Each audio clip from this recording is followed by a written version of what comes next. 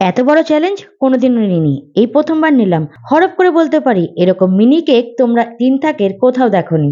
আমাকে একজন চ্যালেঞ্জ করেছিল যে যত ছোট হোক না কেন ৩ থাকেরই বানাতে হবে।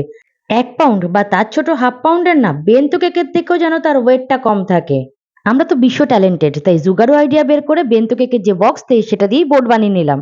তোমরা তো আগেই দেখলে কুকি কাটার দিয়ে কিরম ভাবে ছোট ছোট করে আমি পিস করে নিয়েছি। ১ থাক ২ থাক না, চ্যালেঞ্জটা এসেছে ৩ থাকের। তো চ্যালেঞ্জ একসেপ্টেড। তো প্রথমে আমি বড় থাকটা রেডি করে নিচ্ছি। আর দেখো তার উপরে দিয়ে দিলাম এর থেকে ছোটটা। আর এই কেকটা হচ্ছে ভ্যানিলা ফ্লেভারের। কারণ যে চ্যালেঞ্জটা আমার দিকে ছুঁড়ে ফেলেছে তার কিন্তু ফ্লেভার নিয়ে কোনো মাতামাতি নেই। তার হচ্ছে যত ছোট হোক কিন্তু ৩ থাকের কেক তাকে বানিয়ে দিতে হবে। ভাই দুনিয়ার সবথেকে যদি কিছু টাফ কাজ থাকে তাহলে এইরকম মিনি কেক বানানোটা। দোলে আমি তো কিছু খাইনি, মনে হচ্ছে ওই কিছু খেয়েছে আর বারবার খালি এদিক ওদিক বেসামাল হয়ে যাচ্ছে। আর যেহেতু এটা দোল উপলক্ষেই গেছিল কেকটা, তাই এটাকে একটু কালারফুল বানিয়ে দিই।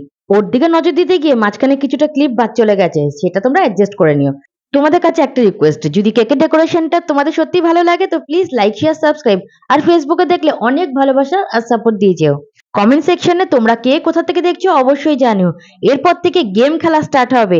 যারা যারা আমাকে ভর্তি ভর্তি করে কমেন্ট করবে তাদের নামগুলো আমি নেব, আর এই রকম মাসে একটা দুটো করে মিনি কেক গিফট করব।